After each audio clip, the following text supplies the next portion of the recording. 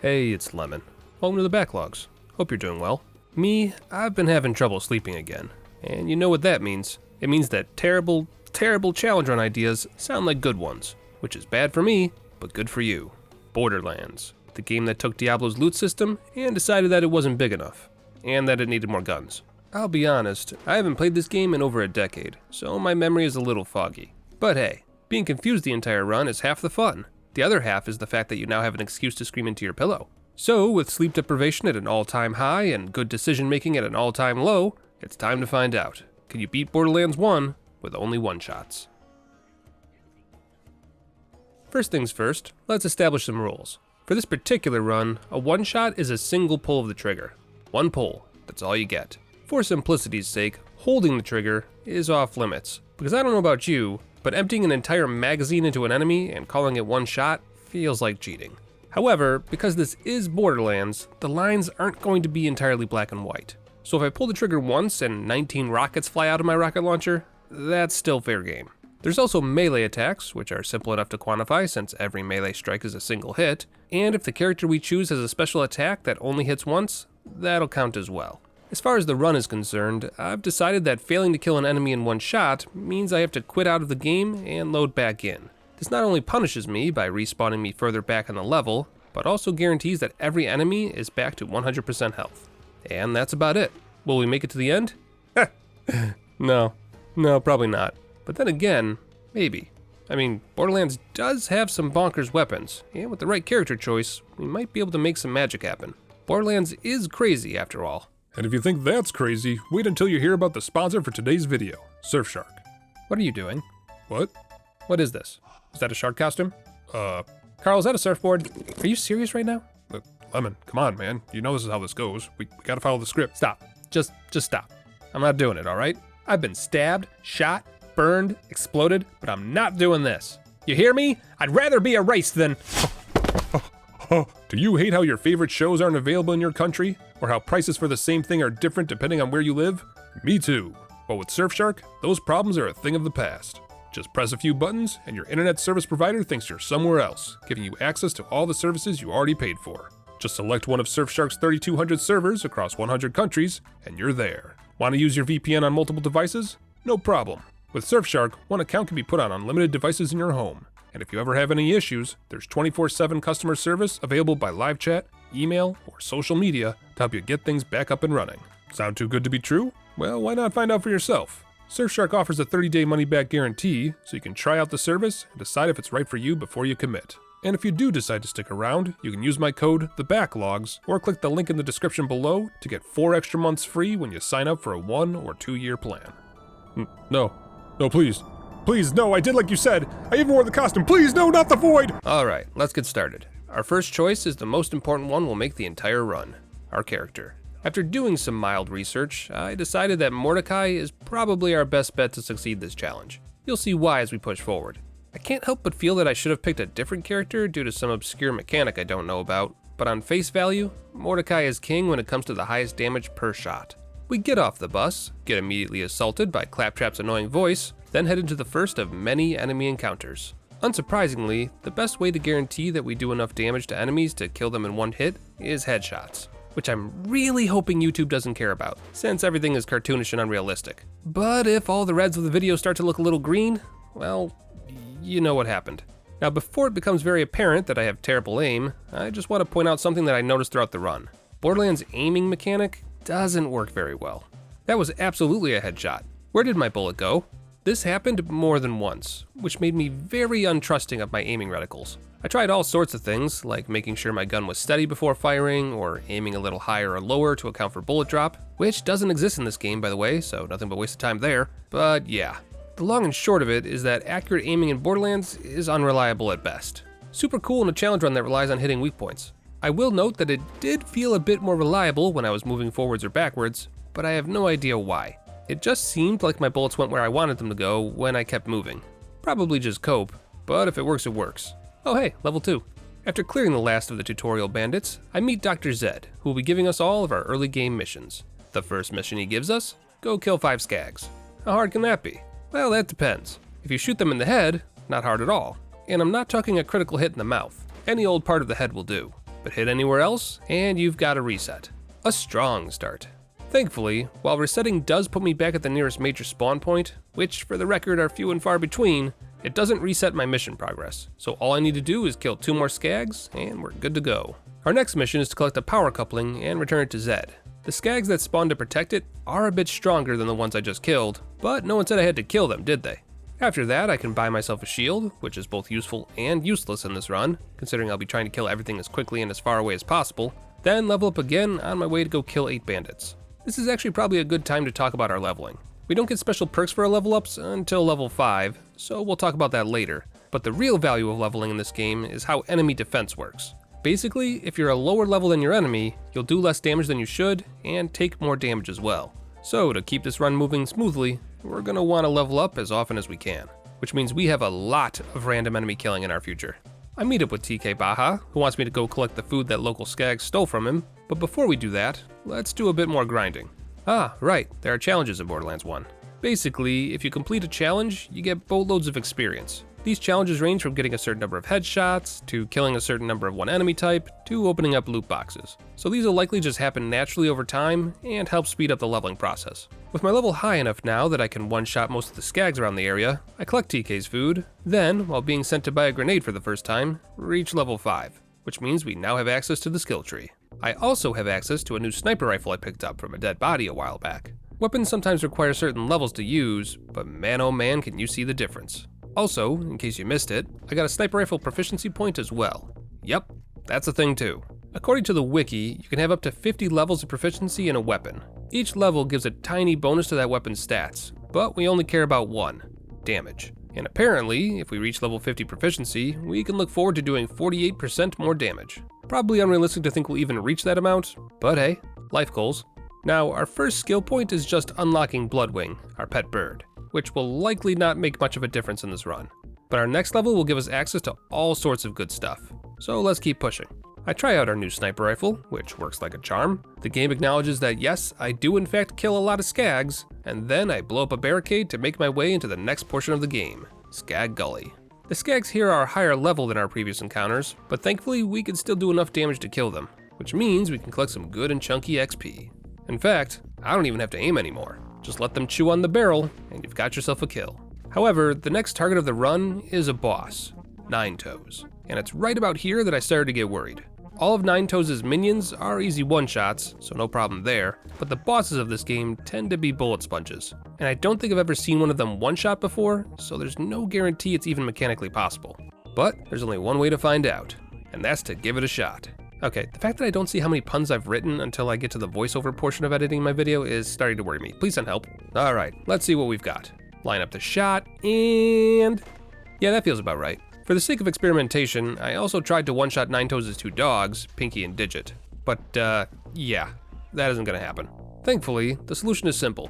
Rise and grind like your run depends on it. Because it does. Now then, we've got a few options. We can decrease sniper rifle sway, increase sniper rifle damage, increase Bloodwing's damage, make Bloodwing drop items whenever he gets a kill, increase our critical damage, or give ourselves a chance that pistols will shoot 2 bullets instead of 1 when I pull the trigger. For mathematical reasons, deadly is the correct choice here, and will be for the next 4 levels. Now we aren't limited to just killing skags. There's plenty of other fauna roaming around the Borderlands that are worth some XP, like these rocks. Racks? I'm gonna call them rocks. The rocks not only give us some XP, but tend to drop weapons and ammo as well, so they're definitely worth grinding out, and any treasure we can find in bone piles or from enemy bodies, like this fancy shield here, is always welcome. Because at this point in the game, unless we can get some massive level grinding in, we are a slave to our equipment. A good gun not only means better damage, but also dictates how quickly we reload and how many bullets I have per mag, which in turn indicates how quickly I can grind out XP. And let me tell you, there is nothing worse than seeing a new sniper rifle drop just to find out that the stats are worse than the one you already had. But when push comes to shove, sometimes you just have to make do with what you have. Wait, what am I talking about? I can't make do. I have to have the best of the best. Which brings me to the gun store. Every 20 minutes, the machine gets a random selection of guns, and every now and again, you find one like this Maliwan sniper rifle.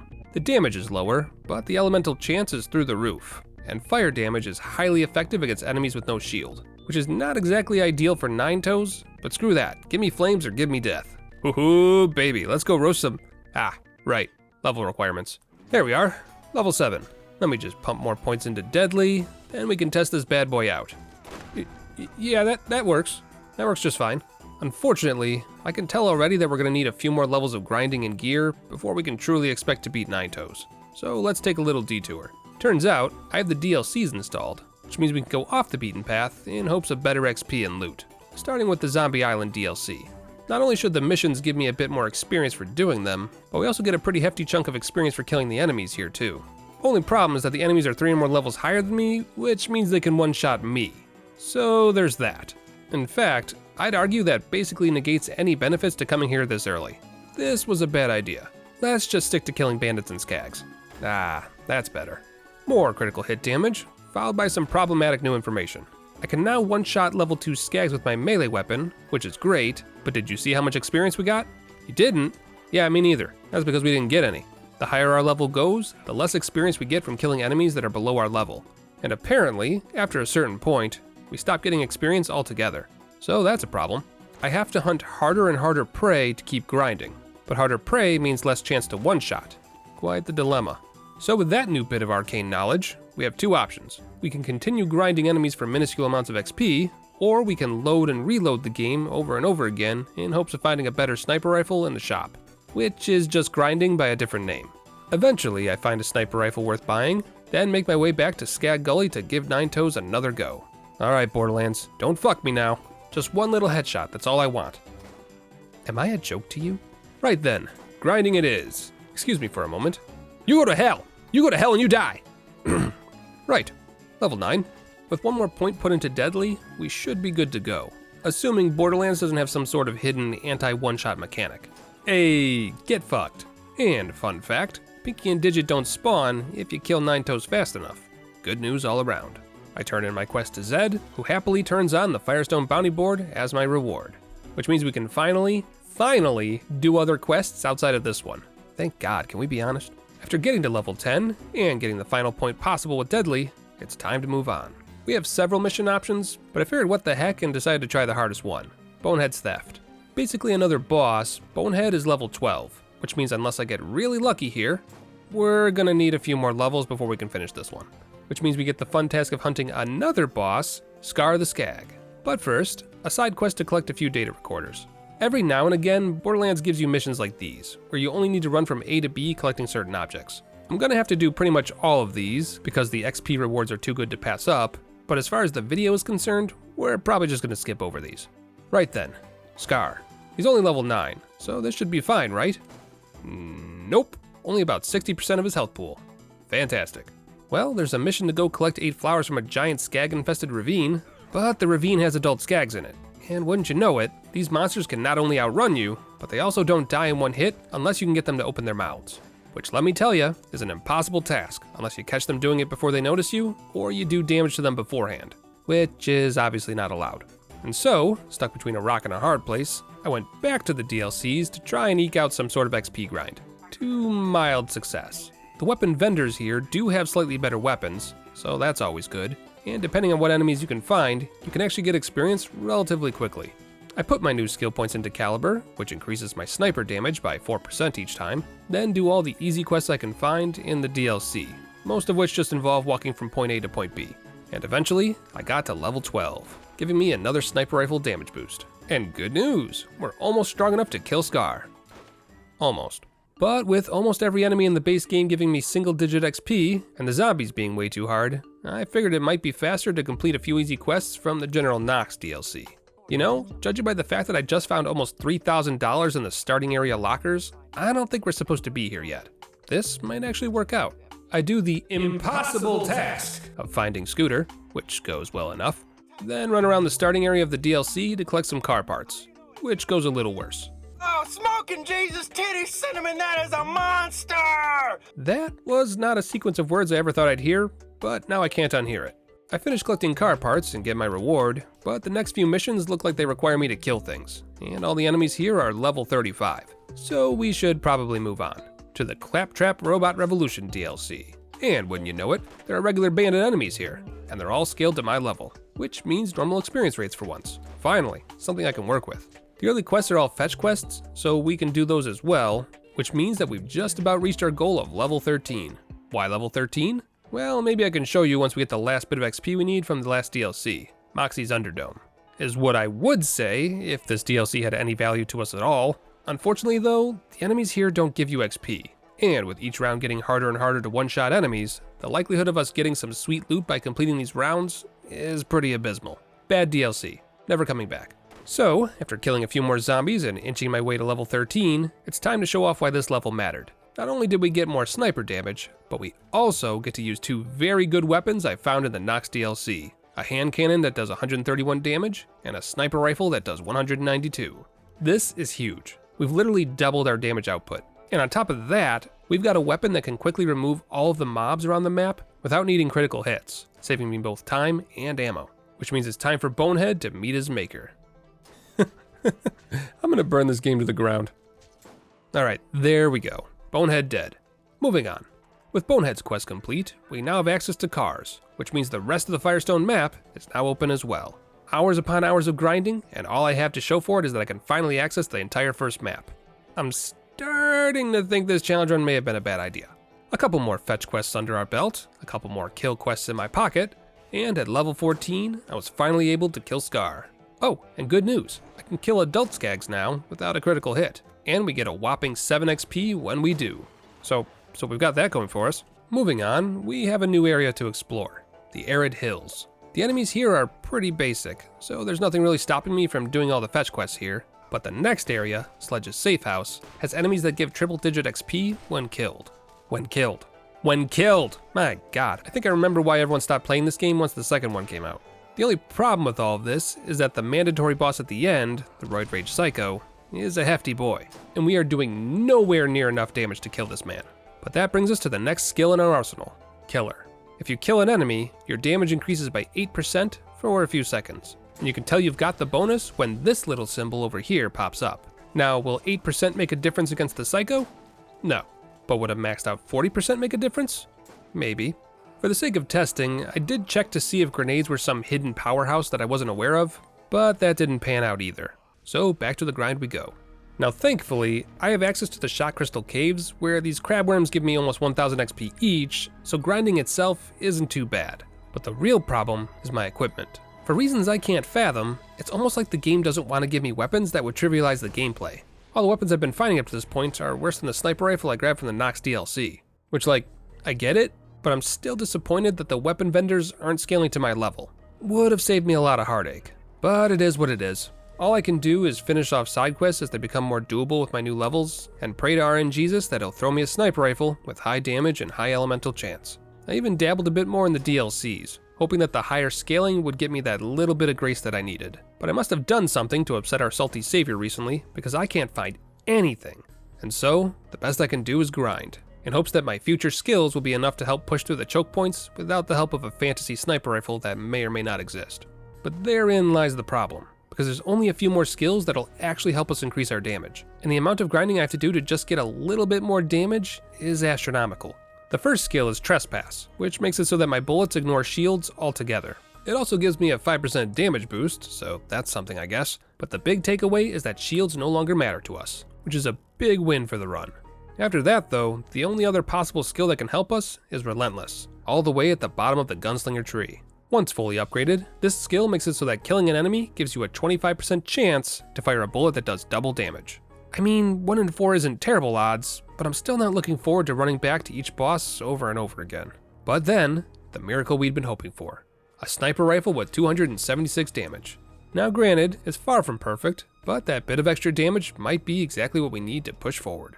At least, that's what a quick test in the final round of the Circle of Death side mission seems to suggest. Alright, moment of truth. Kill one of the minions to get all our boosts, then launch catapult. Hey, first try, you love to see it. What are you? No, don't look at that. Don't look at that. Stop looking at that! Well, those are days of my life that I'll never get back. But hey, we got the Mind Gate key, which means we can finally move on in the story missions again. Finally, something new to shoot. Unfortunately for the enemies here, we've long surpassed their challenge level, which means it's time to jump right to the next choke point of the run, Sledge.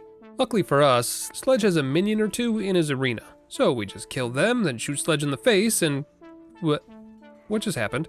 Maybe that was just a glitch. This is Borderlands after all. Let's just reset the encounter and shoot him in the— okay, what the fuck? So turns out, Sledge only has 2 weak points. The back of his head, which is going to be impossible to hit with only 1 player, and the visor of his helmet, which I swore we hit, but Borderlands. So there's nothing more to do than to try again. And would you look at that? That weak point does exist. Naturally, the bonus I get from killing an enemy ran out a second or 2 before I shot him, but I'm sure we'll get him next time. To the ground. I will burn this game to the ground! At this point in the run, I was losing my mind. I had every single skill that could give me a damage boost, but for the life of me, I just couldn't get the minion kill and then line up the shot on Sledge's head fast enough to get the kill. And even when I did, Borderlands would just cheat and tell me that my bullet hit his helmet and not the visor. So fuck it. If the game's cheating, and so am I. Boost me up to max level. Let's see Sledge deal with that. I wanna die. And you know what the worst part is? Giving myself those levels does nothing. Nothing! That enemy I just obliterated out of frustration should have died instantly with a body shot. I'm 52 levels above him. But nope, that's not how Borderlands works. Turns out, the level disparity only applies to me, not enemies. I don't— why would— the only thing all those extra levels got me was the ability to use higher level equipment. Equipment that I'll never see because you don't see anything above level 35 or so unless you're in New Game Plus. Which means the only avenue left to me is to go to the Nox DLC and pray for a good gun vendor spawn. We are literally at the mercy of RNGesus, so unless the entire Firebomb Academy raises their hands in prayer, there's nothing else we can— thank you. Oh, we are back, baby! Hey, Sledge. The Academy says hello. There. Finally. All that just to get a goddamn Iridian artifact. Commandant Steele chastises me for stealing stolen property that she wanted to steal herself. I finally make it to the Doll Headlands, blast my way through several fetch and kill quests, and it's right about here we get a big break.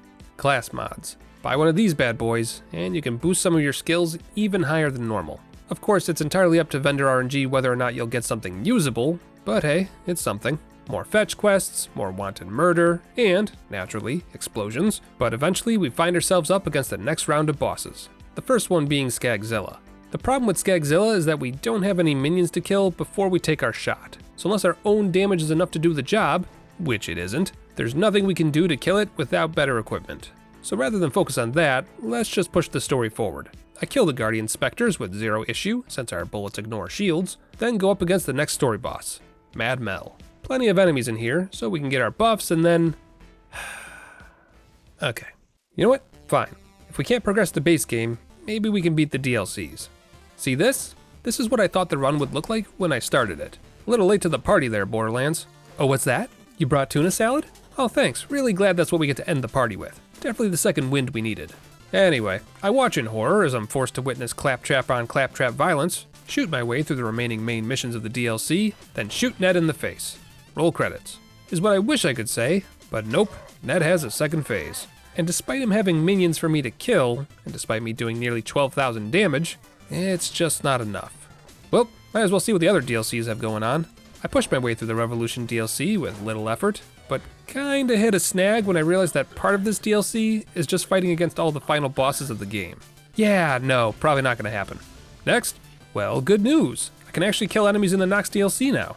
Well, the basic versions of enemies anyway. Badasses are still too much, even with a sniper rifle that does over 400 damage now.